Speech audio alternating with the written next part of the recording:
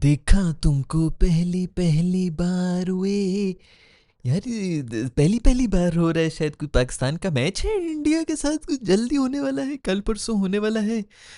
थोड़ी सी कुछ फट सी रही है दोस्तों, न जाने कल इस वक्त तक हमारी क्या हालत हो रही होगी।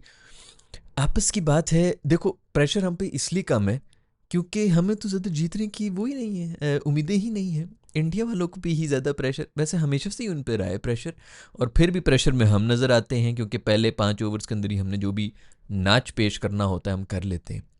प्रॉब्लम कुछ इस तरह है कि पहले 5 ओवर्स उनकी बुमराह वगैरह की हैं, और उसके बाद असल इम्तिहान शुरू होगा जो उनके स्पिनर्स आएंगे। चक्रवर्ती और पता नहीं किस किस किस्म के वो यादव शादव जो हैं वो सारे आएंगे स्पिनर। तो असल डांस तो हमारा तब शुरू होगा। हम तो ऐसे घूम रहे होते हैं, घुमीरियाँ खा खा के भंगड़े डाल रहे होते हैं हम। ये जो अफगानी बॉलर्स भी हमारे सामने आते हैं, खैर वो उनकी बड़ा अच्छा स्पिन अटैक है। बट जहाँ से ये ओमान के अभी कल परसों जो अब स्पिनर्स आए हुए थे उन्होंने हमें यहाँ गिच्ची से पकड़ा हुआ था। तो पता नहीं ये इंडिया वाले स्पिनर्स कैसे करेंगे। लेकिन मुझे पता नहीं क्यों लग रहा है कि इंडिया को, मेरा ख्याल में वो अर्शदीप को ना डालना चाहिए। बड़े अरसे से मैं कह रहा हूँ, काफ़ी अंडररेटेड है वो आदमी यार। जितनी ज़बरदस्त किस्म की बॉलिंग वो कर रहा है, स्पेशली T20 आई के अंदर जितनी अच्छी बॉलिंग करता है। पाकिस्तान को तो मतलब टॉप ऑर्डर तो हमारे एक उसके ओवर के अंदर 2 या 3 विकेटें देना तो कोई मसला ही कोई नहीं है, और बुमराह की तो वैसी 2 बनती हैं। तो 5 तो वहीं पे चली जाएंगी, तो पीछे स्पिनर्स हैं वो भी आके लड़ ही रहे होंगे आपस में, क्या यार हमने क्या किसको कराए हम बॉलिंग, बैटरी कहाँ छोड़े तुम लोगों ने। तो मेरा ख्याल में उसके साथ ज़्यादती है कि उसको उस तरह मैचेस नहीं मिले। यू नेवर नो कि उसको डाल दें पाकिस्तान के खिलाफ, क्योंकि शुएब अख्तर भाई भी कुछ इसी किस्म की बातें कह रहे हैं। वो कह रहे हैं कि पेसर्स खिलाओ, 3 पेसर्स के साथ जाओ। इंडिया को प्रॉब्लम होती है पेस अटैक खेलने में। वैसे तो उनको कोई प्रॉब्लम नहीं होती कोई भी अटैक खेलने में, लेकिन उनके ख्याल में कि वो स्पिन को ज़्यादा बेहतर खेल लेंगे और पेस को नहीं। मैं इस चीज़ से एग्री करता हूँ वैसे, कि वाकई इंडिया के ख़िलाफ़ शायद पेसर्स ज़्यादा हूँ, लेकिन पिचेस सारी आपकी स्पिनर्स की हैं दोस्तों। तो कंडीशन सारी, अगर पेसर कोट खा गए तो फिर हम कहेंगे कि भाई ये क्यों खिलाएं हैं जब इतनी टर्न हो रही है और ये हो रहा है वो हो रहा है। तो मेरा ख्याल में उसी के ऊपर जाना चाहिए जिस चीज़ को असिस्ट कर रहे हैं। वरना पेसर जो है वो वैसे ही सोच आएंगे कि हमने तो पहले ही बताया था कि हम तो कुट खाएंगे, ये तो हमारी कंडीशंस ही नहीं है, और वो उस हक समझ के जो है खा लेंगे, मेंटली इस तरह जाएंगे। अगर हम स्पिनर्स को ये कहेंगे भाई तुम्हारी ही कंडीशंस हैं, तुम ही ने सारे आउट करके देने हैं, तो शायद जो है वो थोड़ा सा सीरियस भी हो जाए कि ओह अच्छा ये तो कंडीशंस हमारी हैं। तो ये बैट्समैन पे प्रेशर है, जो कि वैसे इनको याद नहीं रहता कि उन पे प्रेशर है, हम पे नहीं है। तो खैर हालत दोस्तों मेरी तो बहुत टाइट है, बीपी थोड़ा सा लो है, और उम्मीदें उससे भी ज़्यादा लो हैं। और देखो बात सुनो, उम्मीदें लो ही रखो, क्योंकि मैं भी किसको समझा रहा हूँ यार, तुम लोग की कौन सी कोई इतनी उम्मीदें रखी हुई तुम लोगों ने कि मैं कहूँ यार नहीं बहुत ज़्यादा हम ओवर हो रहे हैं बटे। न जाने क्यों शोएब अख्तर ने ये कहा है भाई कि ये जो फ़हीम अशरफ है ना इसको निकल निकल के मारेंगे। मैं तो पक्का अदा कर ली, मैंने इधर उधर कॉन्टेक्स्ट वगैरह डरा के जो है ना ये क्लिप जो है भिजवा दी है फ़हीम अशरफ राणे को, कि राणे उसको तब तब चढ़ जाए, वो गैरत में आ जाए, और वो शेबी को सिर्फ गलत साबित करने के लिए ना कल राणे ने जो करना है ना निकल निकल के, इसने एक तो पहले राणे ने बैटिंग तक बात वैसे ना ही आए तो बेहतर है, लेकिन राणे ने मारना है निकल निकल के। और बॉलिंग में भी जो राणे ने कर देना है ना, कि एक तो वैसी डॉट बॉलिंग वो प्रेशर तो क्रिएट करेगा, उसके बाद प्रेशर के अंदर ही जो है कोलैप्स करेंगे राणे के सामने, जो है ये सब जो है टिश्यू पेपर की दीवार साबित हो जाएंगे। राणे को क्लिप मैंने भिजवा दिए दोस्तों, तुम लोग भी क्या याद करोगे, काम मैंने पूरे चुप के रखे होते भाई ने काम। सो शोएब अख्तर को गलत साबित करने के लिए राणा पड़ जाएगा।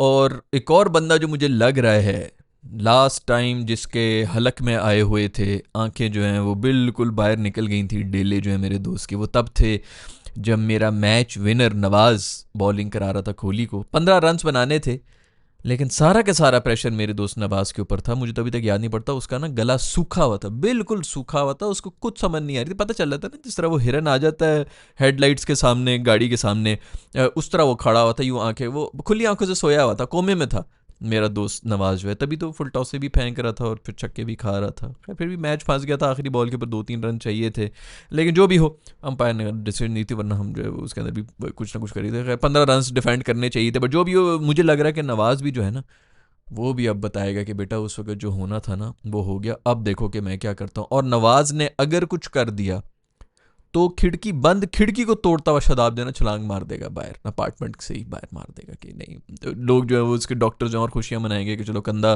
का इलाज तो चल ही रहा था, 2-4 और चीज़ों के भी इलाज करके तो हमारी तो दिहाड़ी फुल टाइम लग गई है।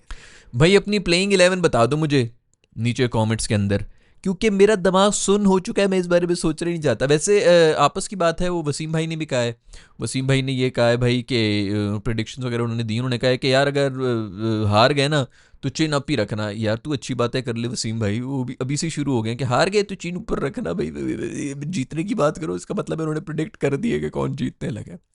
दूसरी बात ये कि यार इंडिया के साथ दूसरा मैच भी जो है वो पढ़ना ही पढ़ना है। ये जिस तरह का फॉर्मेट, ये जो ग्रुप्स पूरे बनाए गए इसीलिए बनाए गए कहीं पाकिस्तान इंडिया का तीसरा मैच भी पड़ जाए, जो कि मुझे नहीं लगता। पता नहीं कौन उस दिन कह रहा था, ये शोएब अख्तर ही कह रहा था कि कौन कह रहा था, मैंने इनकी वीडियोस देख रहा था, वो ये कह रहे थे कि इंडिया पूरी तरह से अवॉइड करेगा कि पाकिस्तान के साथ कहीं फाइनल ना पड़ जाए। मेरा ख्याल में इंडिया कुछ भी अवॉइड नहीं करेगा, वो चाहेगा ये कि पाकिस्तान ही आए, क्योंकि ये तो कंफर्म जो है वो प्रेशर में कोलैप्स कर जाते हैं। और जहाँ तक बात है, अब आप लोग कहेंगे 2017 की चैंपियंस ट्रॉफी के अंदर हमने दुनिया की सबसे बड़ी टीम को किस तरह, उसमें भी हम कोलैप्स कर गए थे। फ़खर का कैच जो है वो अगर हो गया होता, नो बॉल ना होती वो, तो वो शुरुआत थी, वो बिल्कुल वो पहला वो जो दरवाज़ा, वो जो लॉक खुलना होता है ना, वो खुल गया था। आगे उन्होंने सिर्फ किक मारनी थी, और दरवाजे ने जो है वो इस तरह घुड़च करके पीछे जाना था, तो वो लॉक खुल गया था फ़खर की विकेट से, वो तो उसने नो बॉल करा दी थी बुमराह ने। अदरवाइज़ वही यही होता है, पहले दूसरे ओवर में एक आउट हो जाता है, और बस फिर उसकी रिकवरी मोड के अंदर हम जो है और शेल में जाते हैं, जाते जाते और बुरी तरह से हार जाते हैं, क्योंकि कोई भी जो है वो पॉजिटिव इंटेंट के साथ तो खेल नहीं रहा होता। पॉजिटिव इंटेंट का मतलब हमारा ये भी होता है कि टुल्ले मारी, जो हर बॉल के ऊपर टुल्ला, बस जैसी मर्जी बॉल हो, कोई रिस्पेक्ट वगैरह कुछ नहीं देनी, मेरी स्लॉट में है कि नहीं, मैंने नहीं छोड़ना इस बॉल को, मैं इसका खून निकाल दूंगा।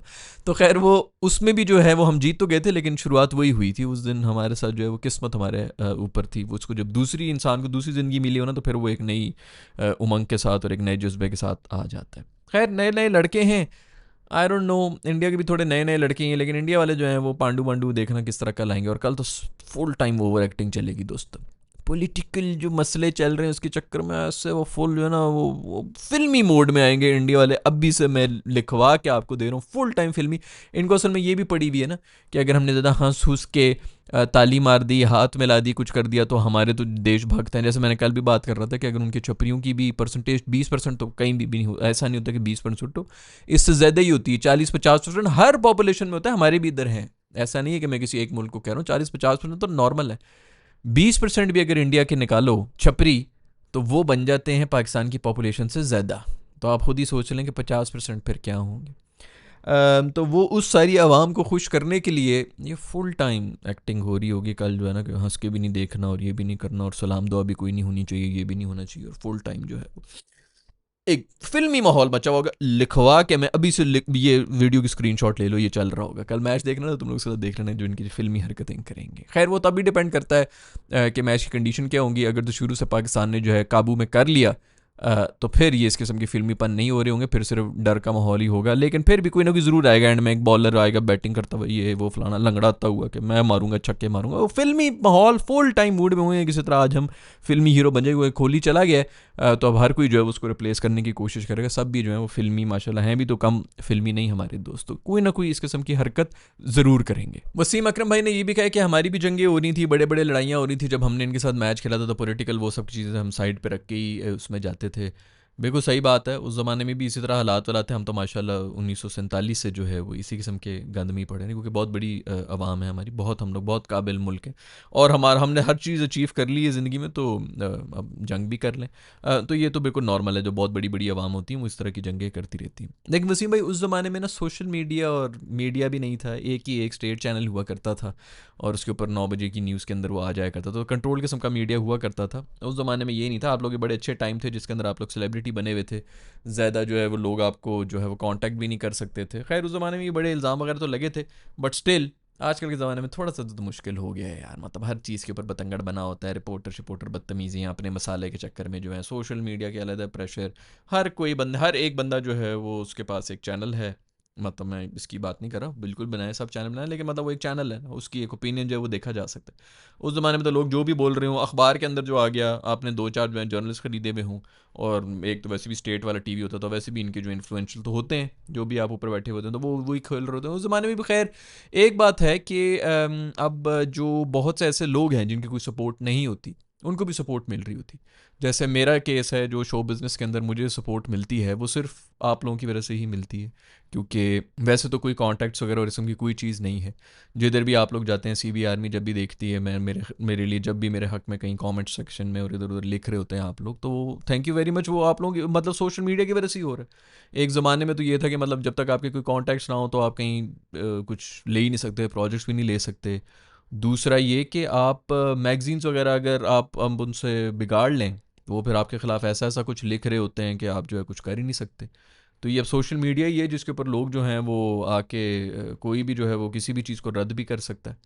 तो ये फ़ायदा तो है, लेकिन नुकसान भी है कि प्रेशर भी ज़्यादा हो जाता है। तो खैर दोनों तरफ जाता है। मेरा ख्याल में तो पॉजिटिव्स को देखना चाहिए, तो उस लिहाज से तो पॉजिटिविटी भी काफ़ी है, फिर उस तरह की फ़ेम भी जो है वो भी मिल जाती है। और बहुत से ऐसे लोग जिनके कोई कॉन्टैक्ट्स नहीं होते, वो भी फिर उनको भी उनका हक मिल जाता है, क्योंकि लोगों की आवाज़ जो है वो उनके लिए फिर उठना शुरू हो जाती है। तो ये एक फ़ायदा तो है जिसकी वजह से ये सोशल मीडिया का ज़माना बहुत से ऐसे लोग जिनके कोई कॉन्टैक्ट्स नहीं हैं उनके लिए फ़ायदेमंद साबित होता है। शेबी भाई ने ये भी कहा है कि भाई जो उनका टॉप ऑर्डर है अगर उनको हम आउट कर लेंगे तो फिर भी कोई उम्मीद नहीं है, क्योंकि नीचे तक उनकी बैटिंग जारी। मैं इस बात से बिल्कुल पूरी तरह से सहमत हूँ, लेकिन आपने आउट तो करना है, आप उनको छोड़ भी तो नहीं सकते ना, वरना वो जिस रन रेट पे जा रहे होंगे ना तो आपने वो देख लेना है 200 वैसे 300 रन पड़ गए हैं कल भाई, जब मैंने वीडियो बना लिया था पीछे मैंने जाके वैसे देखा था 300 रन जब उन्होंने खाए हैं साउथ अफ्रीका वाले ने। ओए हो, इंग्लैंड वाले बहुत ही ज़्यादा कोई गैरत में आ गए हैं, पिछले पता नहीं कितने 2-3 महीने से जलील हो रहे थे, अब उन्होंने कुछ थोड़ी ज़्यादा ही गैरत पकड़ ली। उसके बारे में बात करेंगे थोड़ी देर में। लेकिन शोएबी ने बिल्कुल ठीक कहा है, खाली टॉप ऑर्डर तो नहीं, उनके नीचे भी जो है सारे वो हैं, लेकिन आउट तो करना पड़ेगा दोस्तों। आउट किए बगैर तो कुछ भी नहीं होना। अगर उनको एक एक ओवर भी हमने दे दिया सेटल, वैसे तो वो एक एक ओवर लेंगे नहीं,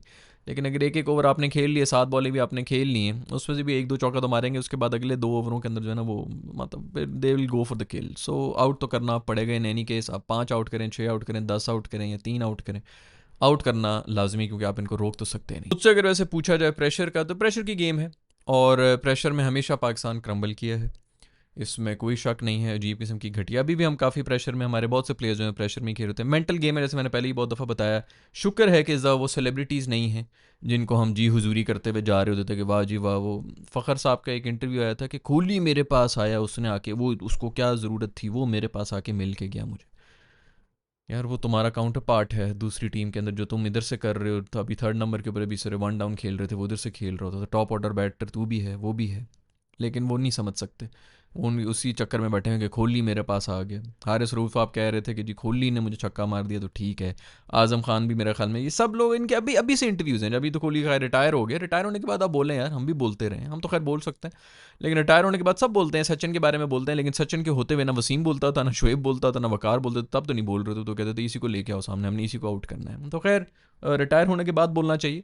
वो उनके सामने जो है अभी बोल रहे थे, तो शुक्र है कि वैसे चैप्टर्स नहीं है, कोहली नहीं है, वरना तो ये स्टारडम में जाते हैं तो वहाँ पे जाके जो है वो तसल्ली से खा रहे होते हैं। तो शायद वो इस दफ़ा पाकिस्तान का थोड़ा सा फ़ायदा हो रहा है, थोड़ी सी नर्व्स कहीं ना कहीं, मुझे टेम्परामेंट है आगा सलमान का वो नज़र आते हैं, जिस तरह के मैचेस से जीत भी रहे हैं अभी, उसके बाद जिस तरह की सेलिब्रेशन ये कर रहे हैं ना, उससे पता चल रहा है कि कप्तान में जो है वही चीज़ों में अक्सर आप लोगों को बोलता रहा हूँ कि जो ओछी हरकतें होती हैं, छोटी टीम से जीत के जो है पागल हुए हुए हैं, मुक्के मार रहे हैं दीवारों में, रगे निकली हुई हैं, ऑल दैट करते रहे आपके कप्तान वगैरह। तो हर दफ़ा मैंने ये बात की कि ये बहुत ही अलार्मिंग स्टेट है कि इस तरह के मैचेस के ऊपर इनको शर्मिंदा होना चाहिए कि ये फंसा क्यों है 1 साइडेड मैच।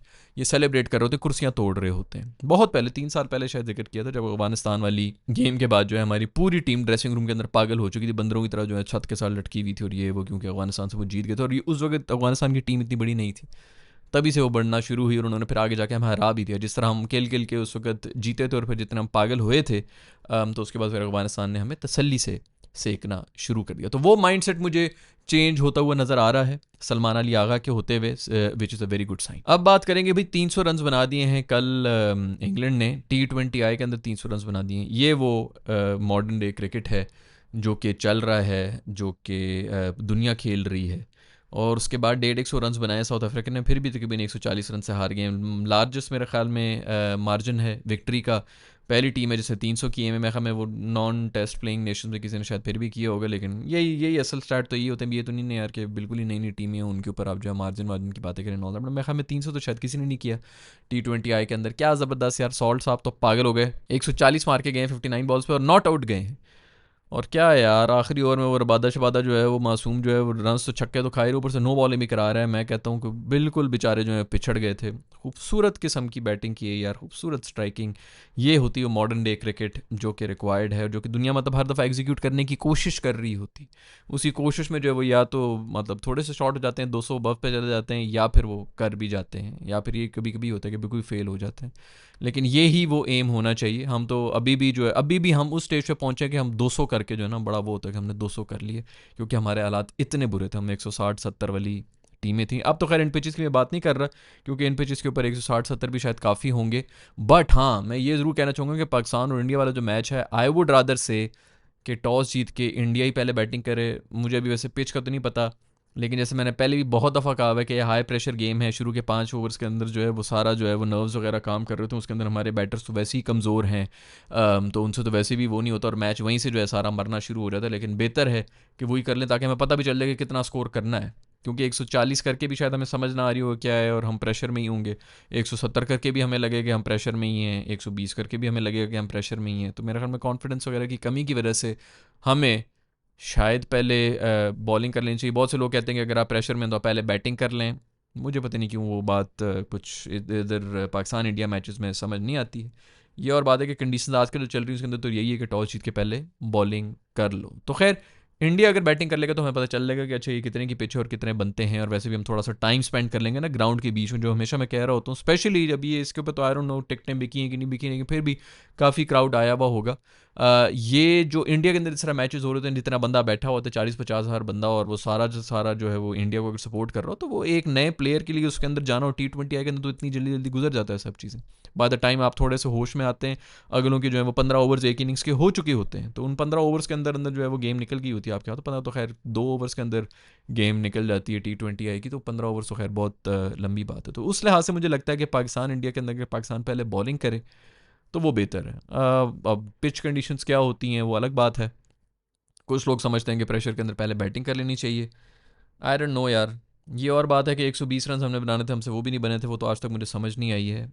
लेकिन खैर, आपका इसके बारे में क्या ख्याल है नीचे कमेंट्स में लिख के मुझे बताना। प्लेइंग 11 क्या होनी चाहिए वो भी कमेंट्स में लिख के बताओ। फास्ट बॉलर्स के साथ जाएँ कि स्पिनर्स के साथ जाएँ? आई डोंट नो भाई, जिसके साथ भी जाएंगे बस जान ना शर्माए। I will see you in the next video. Bye.